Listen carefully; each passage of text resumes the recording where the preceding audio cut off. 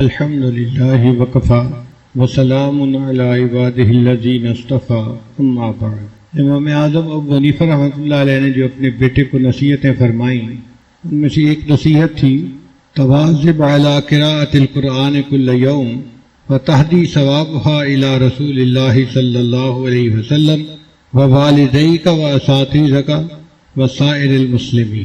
اے بیٹے، پابندی کے ساتھ روزانہ قرآن پاک کی تلاوت کرنا اور اس کا ثواب رسول اللہ صلی اللہ علیہ وسلم کو پہنچانا اور اپنے والدین کو پہنچانا، اپنے اساتذہ کو پہنچانا اور سارے مسلمانوں کو پہنچا دینا۔ ہم اس معاملے میں بہت مرتبہ غفلت برتتے ہیں۔ قرآن پاک کی تلاوت روزانہ کا کام ہونا چاہیے، جیسے ناشتہ روزانہ کرتے ہیں، یہ روحانی ناشتہ قرآن مجید کا روزانہ کرنا چاہیے۔ زندگی کا کوئی دن تلاوت قرآن کے بغیر نہ گزرے، اور کرنے والے کرتے ہیں، 5 انگلیاں برابر نہیں ہوتی۔ ہمارے ایک سسرالی رشتے دار تھے، عالم تھے، میری ان سے سوات میں ملاقات ہوئی۔ فرمانے لگے کہ میں خواجہ بن مالک صدیقی رحمۃ اللہ سے بیعت ہوا اور حضرت نے فرمایا کہ 1 پارہ روزانہ تلاوت کرنا ہے۔ جب انہوں نے بتایا اس وقت سے لے کے آج تک 52 سال گزر چکے ہیں اور 52 سال میں کبھی ایک دن بھی ناغہ نہیں ہوا۔ سفر، حضر، خوشی، غمی، صحت، بیماری، جو مرضی ہو، میں قرآن پاک کی تلاوت ضرور کرتا ہوں۔ دل خوش ہو گیا سن کے۔ کرنے والے ایسے بھی کرتے ہیں، اور کئی لوگوں کو قرآن پاک کی تلاوت کے ساتھ محبت ہوتی ہے۔ قرآن پاک پڑھنے سے ان کا دل نہیں بھرتا، چنانچہ وہ خوب تلاوت کرتے ہیں۔ الحمدللہ ہمارے اسی مجمع میں ایسے بھی دوست ہیں جو 1 قرآن پاک روزانہ کی تلاوت کر رہے ہیں۔ 15 پارے روزانہ کی تلاوت تو بہت سارے احباب کرتے ہیں۔ 4 خواتین ایسی ہیں الحمدللہ ہمارے متعلقین میں جن کی زندگی کا معمول ہے 1 قرآن پاک روزانہ تلاوت کرنا۔ میں نے ٹیلی فون سے ان سے پوچھا ایک سے، انہوں نے کہا کہ حضرت صبح فجر کے بعد ناشتہ میں لے کر کے قرآن پاک کھول کے بیٹھ جاتی ہوں اور مغرب سے پہلے پورا قرآن پاک پڑھ لیتی ہوں۔ اور ان میں ایک ینگ بچی بھی ہے جو کینسر کی مریض ہے، عمر اس کی شاید 32-33 سال ہوگی اندازاً۔ اس کے خاوند نے ہمیں بتایا کہ میری بیوی کو کینسر اتنا زیادہ تھا کہ مجھے آسٹریلیا کے ڈاکٹروں نے کہا کہ تم ہمیں یہ بتاؤ کہ اس عورت کو یہاں دفن کرنا ہے یا اپنے ملک جا کے دفن کرنا ہے۔ اگر یہاں دفن کرنا ہے تو ہم پھر اور طریقے سے علاج کریں، اپنے ملک دفن کرنا ہے تو پھر جلدی کرو، لے جاؤ۔ میں نے پوچھا کتنی مہلت ہے؟ کہنے لگے 30 دن سے زیادہ نہیں۔ کینسر اس درجے کو پہنچ گیا ہے کہ 30 دن کے اندر اندر اس کو یقینی موت آ جائے گی۔ وہ کہتے ہیں کہ میں غمزدہ بھی بہت تھا اور سمجھ بھی نہیں آتی تھی کیا کروں، تو میں نے اپنی بیوی سے تذکرہ کیا کہ ڈاکٹر نے تو مجھے آپ کی بیماری کے بارے میں یہ کہا ہے۔ کہنے لگے وہ بڑے صبر والی تھی، مسکرا کے کہنے لگی کہ کیوں اتنی فکر کرتے ہیں، میں قرآن پاک روزانہ پڑھنا شروع کرتی ہوں۔ اس نے 1 قرآن پاک روزانہ پڑھنے کا معمول بنا دیا۔ کینسر کی تکلیف کے باوجود 1 قرآن پاک روزانہ۔ مجھے کہنے لگا کہ آج 4 سال گزر گئے، وہ صحت کے ساتھ زندگی گزار رہی ہے۔ اگر قیامت کے دن اللہ نے ہم سے پوچھا کہ یہ عورت کینسر کے مریض ہو کہ 1 قرآن پاک روز پڑھتی تھی اور تم صحت مند ہو کہ 1 پارہ بھی روز نہیں پڑھتے تھے، تو ہمارے پاس کیا جواب ہوگا؟ اور ہمارے تو حفاظ بچے نہیں پڑھتے، حالانکہ یہ حفاظ کے لیے 1 پارہ پڑھنا تو 15-20 منٹ کا کام، اس سے بھی کم کا کام ہے، لیکن گناہوں کی وجہ سے توفیق ہی چھن جاتی ہے۔ اس لیے اللہ سے توفیق مانگیں اور قرآن پاک کی تلاوت اتنی کریں کہ کر کر کے تھک جائے، قرآن پاک کے ساتھ دوستی ہو جائے۔ دیکھنے والے کہیں کہ اس کو تو کوئی دوست مل گیا ہے، ہر وقت اسی کے ساتھ بیٹھا رہتا ہے۔ امام اعظم ابو حنیفہ رحمۃ اللہ علیہ رمضان مبارک میں 63 مرتبہ قرآن مجید پڑھا کرتے تھے۔ 63 مرتبہ، 1 قرآن پاک دن میں، 1 قرآن پاک رات میں، تو 30 روزے ہو تو کتنے ہو گئے قرآن پاک؟ 60۔ اور 3 قرآن پاک تراویح میں پڑھا کرتے تھے۔ وہ 63 قرآن پاک پڑھتے تھے۔ امام احمد بن حنبل رحمۃ اللہ علیہ ہر ہفتے میں 1 مرتبہ قرآن پاک پڑھا کرتے تھے۔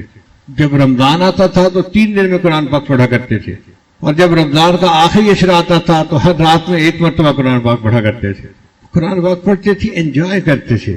جس طرح بہت روزہ لگا ہوا ہو، پیاس لگی ہوئی ہو اور روزہ کھلتا ہے تو انسان روح افزا پیتا ہے، تو ٹھنڈا شربت پی کے نا دل کو تسلی ہو جاتی ہے اور جی چاہتا ہے کہ 1 گلاس نہیں 2-3 گلاس پی لو۔ جب پیاسے بندے کو روح افزا پیتے ہوئے جو اس کی کیفیت ہوتی ہے نا کہ اور پی لوں، اللہ والوں کی قرآن پاک پڑھتے ہوئے یہ کیفیت ہوتی ہے، اور پڑھ لوں میں، اور پڑھ لوں۔ اسی لیے ایک صحابی کو تیر لگا انہوں نے کہا کہ میں تیروں پہ تیر تو کھاتا رہتا، سورہ کہف کو مکمل کے بغیر نماز نہ چھوڑا۔ یہ واقعی سوچنے والی بات ہے کہ آخر ہمیں وہ محبت محسوس کیوں نہیں ہوتی؟ یہ قرآن مجید نسخہ شفا ہے، اللہ نے اس کو بھیجا دنیا میں عزتیں دینے کے لیے۔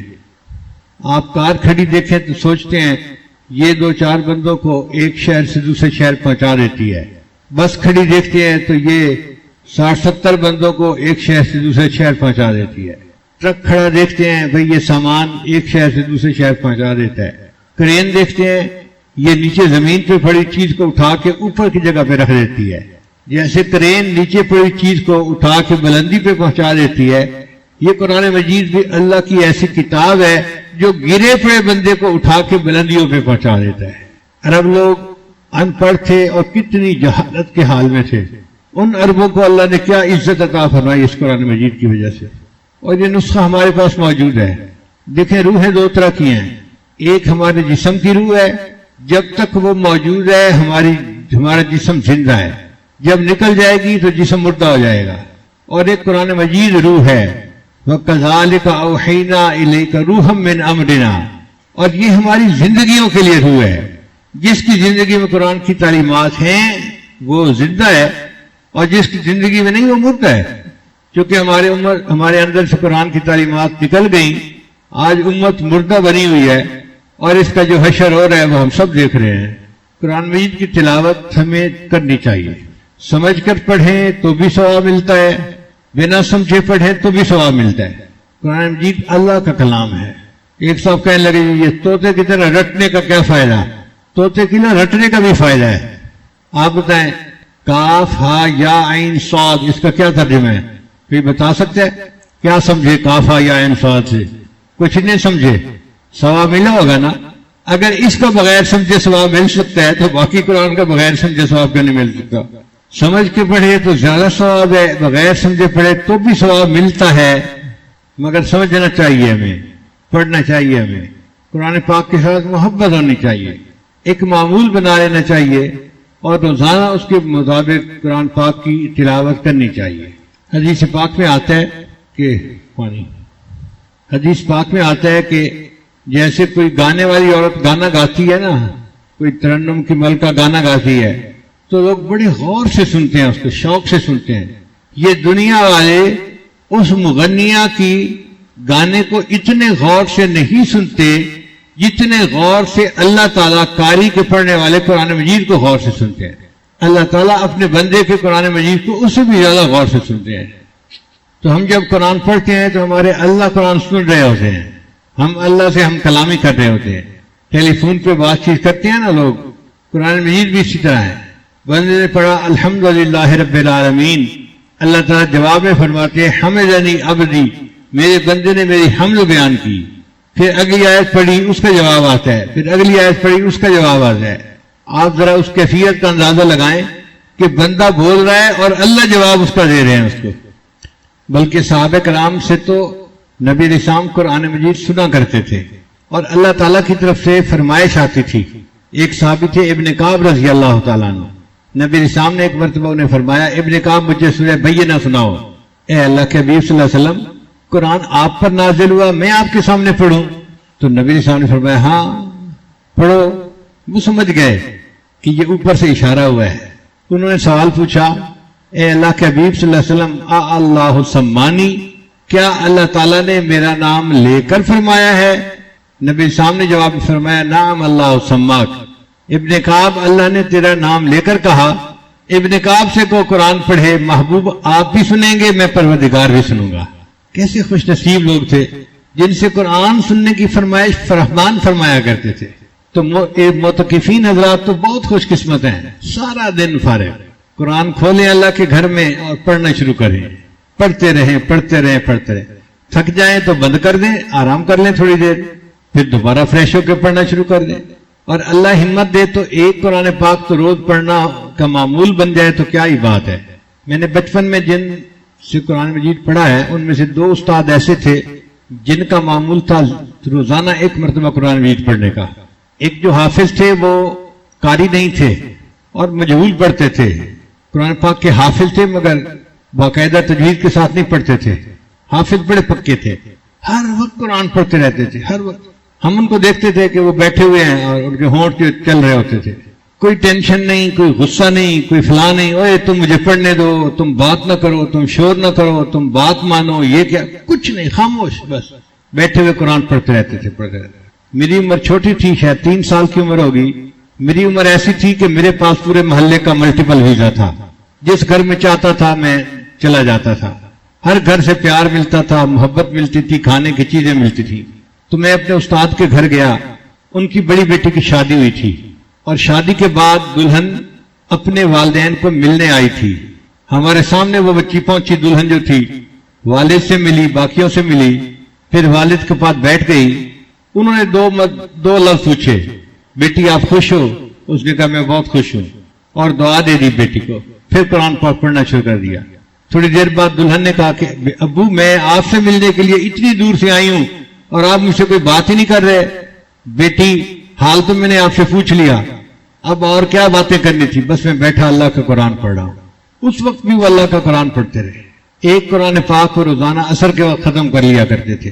اور ایک اور ہمارے استاد تھے، وہ بڑے اچھے قاری تھے، اللہ نے ان کو لہن داودی عطا کیا تھا، بہت خوبصورت آواز تھی، قرآن پاک پڑھتے تھے اور ہم جھومتے تھے، ان کی آواز مترنم آواز تھی ان کی بڑی۔ مجھے آج بھی یاد ہے، ایک چھوٹی سی مسجد تھی ہمارے محلے کے قریب، کوثر مسجد اس کا نام ہے۔ سردیوں کی رات تھی اور کوئی 30-35 ان کے شاگرد حافظ جمع تھے، جو شہر میں مختلف مساجد میں تراویح پڑھاتے تھے، پھر حضرت کے پاس آتے تھے، ان کو کارگزاری سنا کے پھر گھر جاتے تھے۔ ان میں سے ایک نے کہہ دیا استاد جی آج تو 25ویں کی رات ہے، یعنی طاق رات ہے۔ تو استاد جی کہنے لگے ہاں 25 کی رات ہے اور میں نے 4 تراویح ابھی پڑھنی ہے، میری رہتی ہیں 4 تراویح۔ اس نے کہا استاد جی پھر قرآن سنا دیں ہمیں۔ استاد جی نے کہا بہت اچھا، لو جی استاد جی مصلی پہ آ گئے اور انہوں نے 2 رکعت کی نیت باندھ لی، اور پیچھے ہم جو 30-35 تھے حفاظ اور ہم چھوٹے سے بچے بھی ساتھ تھے، تو ہم نے بھی نیت باندھ لی۔ استاد جی پڑھتے رہے، آپ حیران ہوں گے 29 پارے پڑھنے کے بعد انہوں نے رکوع کیا، 1 رکعت میں 29 پارے کی تلاوت کی، اور ہم بس پیچھے کھڑے جھوم رہے تھے۔ ہمیں اس زمانے میں ترجمے کا کیا پتا، مضمون کا کیا پتا، بس ہم تو ان کی آواز سن رہے تھے، وہ پڑھ رہے تھے اور بس ہم جھوم رہے تھے۔ جب انہوں نے رکوع کیا تو ہم سے رکوع نہیں ہوتا تھا، جسم ایک جگہ شل ہو گیا تھا، تو مجھے زور لگا کے رکوع کرنا پڑا، اور تھوڑا سا نیچے ہوا، میں نے کہا بس یہی رکوع ہے۔ پھر حضرت نے دوسری رکعت میں 1 پارہ پڑھا اور پورا قرآن پاک ختم ہو گیا۔ ایسے لوگ بھی دنیا میں گزرے ہیں، 2 رکعت میں پورا قرآن مجید پڑھ دینا۔ ہمیں تو قرآن مجید کے برکات کا بھی اندازہ ہی نہیں ہے، ناآشنا ہے۔ اگر برکات کھل جاتی تو پھر ہمیں سمجھ لگتی کہ کیا نعمت ہے جو اللہ نے ہمیں دی ہوئی ہے۔ فرشتے قرآن پاک سنتے ہیں، پڑھ نہیں سکتے، اس لیے جب کوئی بندہ قرآن پاک پڑھتا ہے نا تو فرشتے وہاں جمع ہونا شروع ہو جاتے ہیں۔ او بھائی دیکھو ایک بندہ قرآن پڑھ رہا ہے، اور ہم بھی اللہ کا قرآن سنیں۔ حدیث پاک میں آتا ہے کہ فرشتہ اس کے قریب ہو جاتا ہے، حتیٰ کہ قریب ہوتے ہوتے اس قرآن پڑھنے والے قاری کے لبوں کے اوپر اپنے لب رکھ دیتا ہے، یعنی اپنے الفاظ میں کہوں تو فرشتہ اس قاری کے لبوں کو بوسہ دیتا ہے، اس کے لبوں کو چومتا ہے، اس منہ سے اللہ کا قرآن نکل رہا ہے۔ چنانچہ ایک بڑے قاری گزرے ہیں امام عاصم رحمۃ اللہ علیہ کوفی، وہ مسجد نبوی میں قرآن مجید پڑھاتے تھے، ان کے منہ سے بہت خوشبو آتی تھی، مشک کی خوشبو آتی تھی۔ لوگ بڑے حیران ہوتے تھے کہ قاری صاحب پتہ نہیں منہ میں کیا الائچی رکھتے ہیں، کچھ اور رکھتے ہیں جس سے یہ خوشبو آتی ہے۔ ایک دن ایک شاگرد پیچھے پڑ گیا، حضرت آپ بتائیں آپ کے منہ سے خوشبو کیوں آتی ہے؟ ان کا بھی میں کچھ بھی منہ میں نہیں رکھتا، مجھے کچھ بھی الائچی وغیرہ رکھنے کی عادت نہیں ہے۔ وہ بھی لسوڑے کی گٹھلی کی طرح کی چیز تھی، لگا رہا پیچھے، بتائیں۔ تنگ آ کے انہوں نے بتایا کہ دیکھو ایک مرتبہ مجھے خواب میں نبی اسلام کی زیارت نصیب ہوئی، تو اللہ کے حبیب نے فرمایا عاصم تم میری مسجد میں اللہ کا قرآن پڑھاتے ہو، آؤ میں تمہارے لبوں کو بوسہ دوں۔ جب سے نبی علیہ السلام نے خواب میں میرے لبوں کو بوسہ دیا تب سے میرے منہ سے خوشبو آتی ہے۔ تو قرآن مجید کی تلاوت روزانہ کرنی چاہیے، اور پھر اس کا ثواب نبی اسلام کی خدمت میں ہدیہ اور تحفہ کے طور پہ پہنچا دینا چاہیے۔ والدین کی بھی نیت کرے، استادوں کی بھی نیت کرے، اور سارے ایمان والوں کی نیت کرے۔ اچھا اس سے بندے کے ثواب میں کمی نہیں آتی۔ کئی لوگ سوچتے ہیں جی ہم ثواب اس کو دے دیں گے تو ہمیں کیا ملے گا؟ بھائی ہمیں بھی ملے گا، ان کو بھی ملے گا۔ پہلے زمانے میں یہ بات سمجھنی مشکل تھی، آج کے زمانے میں سمجھنی آسان ہے۔ سیل فون پہ میسج ملتا ہے، ہم اس کو 10 بندوں کو فارورڈ کر دیتے ہیں، فارورڈ ہو جاتے ہیں نا، تو ہمارا میسج ختم ہو جاتا ہے پھر فارورڈ کرنے کے بعد، بتائیں رہتے ہیں نا۔ ہم نے 10 جگہ پہ فارورڈ کیا پھر بھی اپنا رہا، ثواب بھی اسی طرح ہے، ہم 10 بندوں کو ٹرانسفر کر دیں گے، ہمیں بھی ملے گا ان کو بھی ملے گا۔ کھلے دل سے جواب دینا چاہیے، سارے دنیا میں جتنے مسلمان پہلے گزرے ان کو بھی ملے، آج دنیا میں جو بھی ہے جہاں بھی ہے اس کو بھی ملے، ہم نیت کر لیں۔ ہماری نیت سے کسی کو ثواب ملتا ہے اور کوئی جہنم سے بچ کے جنت جاتا ہے تو ہمارے لیے تو خوشی کی بات ہے نا، اور ثواب پہنچا دینا چاہیے۔ حضرت شیخ الحدیث رحمۃ اللہ نے ایک واقعہ لکھا ہے، ایک اللہ والے کسی قبرستان کے قریب سے گزرے تو انہوں نے چند مرتبہ سورت اخلاص پڑھی اور قبرستان میں جتنے مردے تھے ان کو بخش دی۔ رات کو جب سوئے تو خواب میں عجیب منظر دیکھا، وہی قبرستان ہے اور اچانک ایک دھماکہ ہوتا ہے اور قبروں سے مردے اٹھ کھڑے ہوتے ہیں اور ایک طرف کو بھاگنا شروع کر دیتے ہیں۔ وہ بڑے حیران کہ یہ کہاں بھاگے جا رہے ہیں، اور ایک بوڑھا بندہ آرام سے اپنا بیٹھا ہے، وہ نہیں بھاگ رہا۔ تو یہ خواب میں اس بوڑھے کے پاس گئے، بڑے میاں یہ کیا معاملہ ہے؟ اس نے کہا جی کہ روزانہ جو لوگ ان کو ثواب بھیجتے ہیں نا، فرشتہ وہ ڈاک لایا تھا اور اس نے اعلان کیا کہ اٹھو اپنی ڈاک وصول کر لو، سب اٹھ کے بھاگے کہ ہمیں ہماری ڈاک مل جائے۔ اس نے کہا تو آپ کی ڈاک نہیں تھی؟ اس نے کہا میری ڈاک بھی آئی ہوگی، میں آرام سے لے لوں گا، اس لیے کہ میرا ایک بیٹا ہے جو قرآن پاک کا حافظ ہے، وہ روزانہ مجھے قرآن پاک پڑھ کے بخشتا ہے، اتنا ثواب مجھے اس کا ملتا ہے کہ مجھے بھاگنے کی جلدی نہیں ہے۔ اس نے کہا جی آپ کا بیٹا کہاں ہے؟ بھئی فلاں بازار میں فلاں دکان پہ ہوتا ہے۔ وہ بزرگ اگلے دن گئے تو انہوں نے دیکھا ایک دکان ہے، ایک نوجوان لڑکا بیٹھا ہے، گاہک آتا ہے تو وہ اس کو سامان دیتا ہے، اور جب کوئی گاہک نہیں ہوتا تو وہ بیٹھ کے قرآن پڑھتا رہتا ہے۔ وہ سمجھ گئے کہ اس بچے کے قرآن کا ثواب اس کے والد کو ملتا ہے اور اس کے درجات بڑھ رہے ہیں۔ کافی عرصے کے بعد پھر ادھر سے گزرنا ہوا تو پھر انہوں نے اسی طرح قرآن پاک پڑھ کے موتا کو بخش دیا۔ اب اگلی رات خواب دیکھا کہ آواز آئی اور سب اٹھ کے بھاگنے لگے، اور وہ بڑے میاں بھی جو تھے وہ بھی اٹھ کے ان کے ساتھ ساتھ بھاگ رہے ہیں، جا رہے ہیں۔ تو اس نے خواب میں ان سے پوچھا بڑے میاں آپ کیوں بھاگ رہے ہیں؟ تو اس نے کہا اس لیے کہ میرا بیٹا فوت ہو چکا، اب قرآن پڑھنے والا پیچھے کوئی نہیں، جو ثواب عام مسلمین بھیجتے ہیں میں بھی اسی کے پیچھے بھاگ رہا ہوں۔ کتابوں میں واقعہ لکھا ہے کہ ایک آدمی تھا، اس کو قبر کا عذاب ہو رہا تھا، اللہ کی طرف سے حکم آیا کہ قبر کا عذاب معاف کر دیا جائے۔ فرشتوں نے عرض کیا یا اللہ اس قبر کو عذاب معاف کرنے کی بنیاد کیا بنی ہے؟ اللہ نے فرمایا کہ اس کے پیچھے اس کا چھوٹا بچہ تھا اور اس کی بیوی نے اس بچے کو قرآن پڑھنے کے لیے استاد کے پاس بٹھایا، آج اس معصوم بچے نے پڑھا الحمدللہ رب العالمین، مجھے حیا آئی، چھوٹا بیٹا اس کا میرا تعریفیں کر رہا ہے اور میں باپ کو قبر میں تکلیف دے رہا ہوں، میں نے قبر کا عذاب ہی معاف کر دیا۔ نبی اسلام نے ارشاد فرمایا تبرک بالقرآن فإنہ کلام اللہ، قرآن پاک سے برکت حاصل کرو، یہ اللہ کا کلام ہے۔ چنانچہ جو بندہ قرآن مجید پڑھتا ہے، قرآن سے محبت کرتا ہے، اس کی زندگی میں برکتیں ہی برکتیں آتی ہیں، عمر میں برکت، رزق میں برکت، صحت میں برکت، علم میں برکت، کاموں میں برکت، ہر چیز میں برکت ہوتی ہے، اور یہ قرآن مجید ہمارے پاس موجود ہے۔ رشیا میں جب کمیونزم آیا تو انہوں نے عربی کتابوں پر پابندی لگا دی، اب جس گھر میں عربی کتابیں ہوتی وہ دہری اس کو آگ لگا دیتے، تو علماء نے دینی کتابوں کو چھپا دیا، زمین میں دفن کر دیا۔ انہوں نے قانون بنا دیا جس گھر میں عربی زبان کا کوئی کاغذ مل جائے گا اس گھر کے سب لوگوں کو پھانسی دے دی جائے گی۔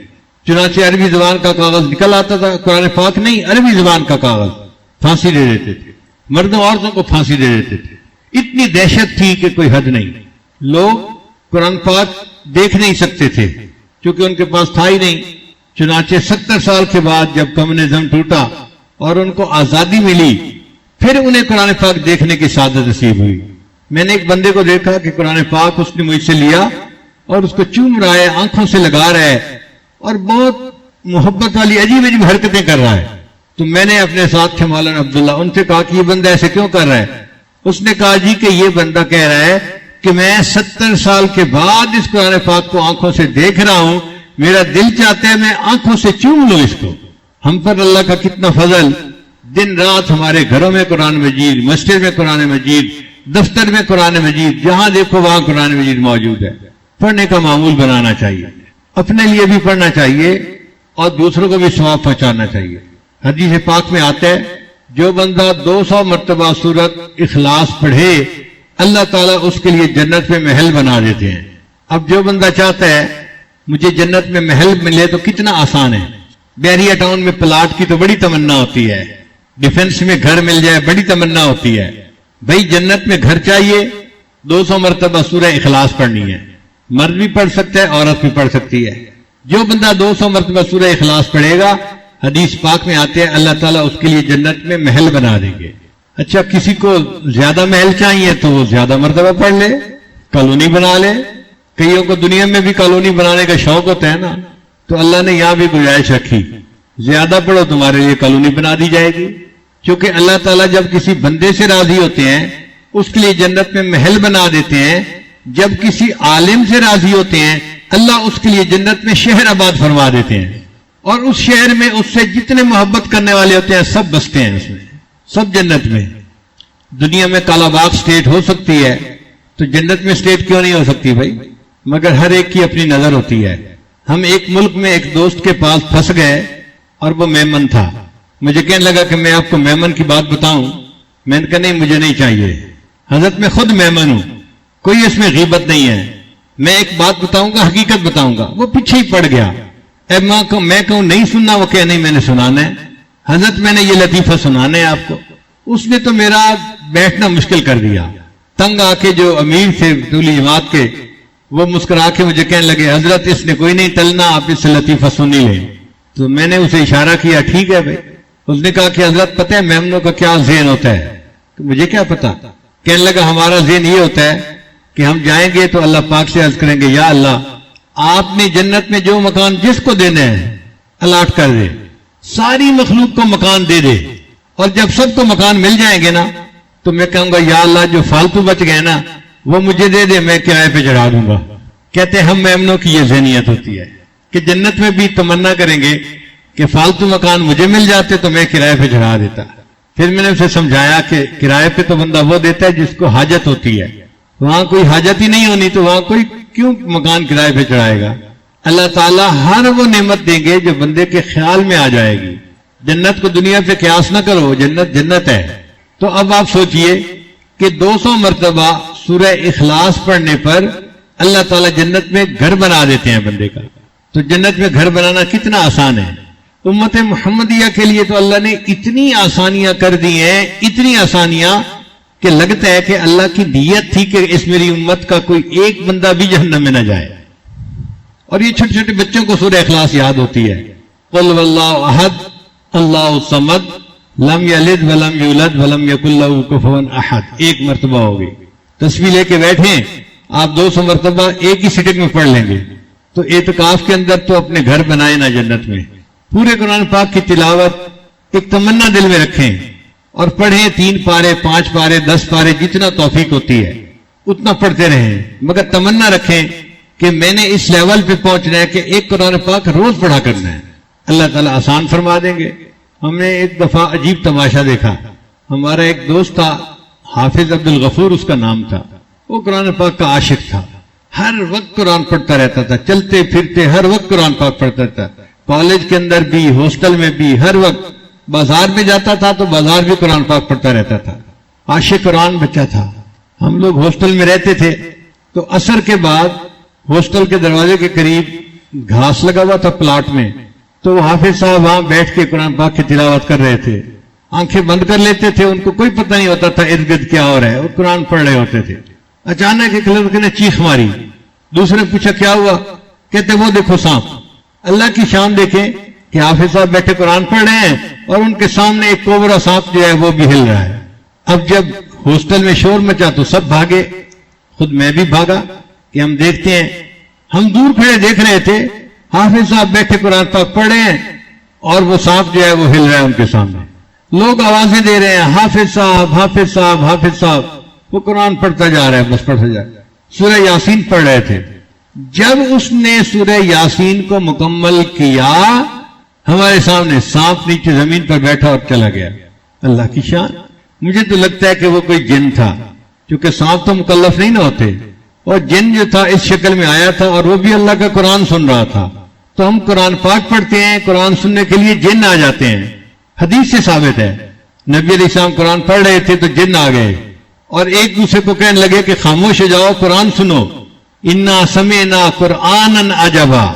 تو اللہ تعالیٰ نے ہمیں یہ نعمت دی ہے قرآن مجید کا پڑھنا. یہ توفیق ایک نعمت ہے، اس کی ہم قدر کریں اور قرآن پاک کو زیادہ سے زیادہ پڑھنے کی کوشش کریں. اب تو دن بھی چند رہ گئے پیچھے، اس میں ہمت کر لیجئے. اللہ تعالیٰ قرآن مجید کی برکتیں ہمیں بھی عطا فرمائے. قرآن مجید قیامت کے دن بندے کی شفاعت کرے گا، اور حدیث پاک میں آتا ہے کہ یہ جھگڑالو سفارشی ہے. جیسے جھگڑالو بچہ ہوتا ہے نا، ماں باپ سے بات منوا کے رہتا ہے، قرآن مجید اس طرح جھگڑالو سفارشی ہے. یہ قیامت کے دن بندے کی شفاعت کرے گا اور بندے کو جنت پہنچا کے رہے گا. ایک صاحب نے خواب دیکھا تو کسی فوت ہوئے بزرگ سے ملاقات ہو گئی. پوچھا حضرت آگے کیا بنا؟ ان کا بھائی میرے اوپر اللہ کا فضل ہو گیا اور اللہ نے مجھے بخش دیا، اور میں نے اللہ تعالیٰ سے یہ پوچھا کہ یا اللہ اگر آپ مجھ پر خصوصی انعام فرمائیں تو مجھے قبر میں قرآن مجید پڑھنے کی توفیق دے دیں. اللہ نے مجھے توفیق دے دی تو بس میں ہر وقت قرآن پاک پڑھتا ہوں، نہ تھکنا ہے نہ سونا ہے نہ کچھ ہے، ہر وقت قرآن پاک پڑھتا رہتا ہوں. اس نے کہا اچھا آپ ہر وقت پڑھتے رہتے ہیں؟ کہنے لگا ہاں، اب تک میں 25,000 مرتبہ قرآن پاک مکمل پڑھ چکا ہوں. تو سننے والا بڑا حیران ہوا، آپ 25,000 مرتبہ قرآن پاک پڑھ چکے ہیں؟ وہ کہنے لگے ہاں، پریشان ہونے والی بات نہیں، یہ 25,000 مرتبہ کا ثواب تم لے لو، اور تم جو ایک مرتبہ سبحان اللہ دنیا میں پڑھتے ہو نا، اس کا ثواب مجھے دے دو. وہ ثواب زیادہ ہے 25,000 مرتبہ قرآن پاک پڑھنے سے. آج ایک مرتبہ سبحان اللہ کہیں گے تو اس پر اتنا اجر ملے گا. مرنے کے بعد اگر 25,000 مرتبہ بھی کسی نے قرآن پاک پڑھا تو ثواب نہیں ہے، کیونکہ عمل کا جہان چلا گیا. مرنے کے بعد عمل کا ثواب نہیں ہے. اس لیے کہتے ہیں جب تک سانس ہے تب تک چانس ہے. جب تک سانس ہے، نیند آ رہی ہے آپ لوگوں کو آج، جب تک سانس ہے تب تک، جب تک سانس ہے تب تک چانس ہے. ہم زندگی میں ایک مرتبہ سبحان اللہ پڑھیں گے اس کا بھی ثواب ملے گا. جو مرضی ہم جو ہے نا عمل کریں گے اس کا ثواب ملے گا، چونکہ سانس ابھی موجود ہے. تو یہ ہماری خوش قسمتی ہے. اب آپ دیکھیے کہ رمضان کا مہینہ، پھر آخری عشرہ، اور پھر اعتکاف کی کیفیت، یہ اللہ ہی نے سبب بنایا ہے نا، تو بخشنے کے سبب اللہ نے بنا دیے. بس ہم ان دنوں میں خوب تلاوت کریں اور اللہ سے مانگیں، اور اپنی بخشش مانگیں اور سب کی بخشش مانگیں. مانگنے میں کمی نہ کریں، اللہ سے خوب مانگیں. ہم میدان عرفات میں ایک مرتبہ تھے تو ایک لڑکا دعا مانگ رہا تھا اونچی اونچی کہ یا اللہ میری نوکری میں ترقی ہو جائے، فلاں ہو جائے، تنخواہ بڑھ جائے. یہ دعائیں مانگ رہا تھا. قریب ایک بوڑھا بیٹھا ہوا تھا، اس نے دعا مانگی یا اللہ مجھے 500 کروڑ روپیہ دے دے، 500 کروڑ روپیہ دے دے. تو وہ نوجوان بوڑھے سے کہتا ہے کہ او بابا جی اتنا پیسہ؟ کہتا ہے پتر تیرے کو نہیں مانگیا تم کیوں پریشان ہوتے ہو؟ میں نے اللہ سے مانگا ہے، جتنا چاہوں مانگوں، تم کیوں پریشان ہوتے ہو؟ تو جب مانگنا اللہ سے ہے تو پھر انسان خوب مانگے. اور اللہ اگر دے بھی دے تو اللہ کے لیے کوئی حیثیت ہی نہیں رکھتے. 10-20 ہزار کروڑ اللہ کے لیے کیا حیثیت رکھتے ہیں؟ تو قرآن پاک کی تلاوت کریں اور اللہ سے خوب دعائیں مانگیں، اور اپنے اس وقت کو ہم قیمتی بنائیں، اور اس کو ایک زندگی کا معمول بنا لیں کہ روزانہ ہم نے کچھ نہ کچھ پڑھ کے اپنے اساتذہ کو، والدین کو، رشتہ داروں کو، سب ایمان والوں کو ضرور ہم نے بخشنا ہے. وآخر دعوانا ان الحمد للہ رب العالمین.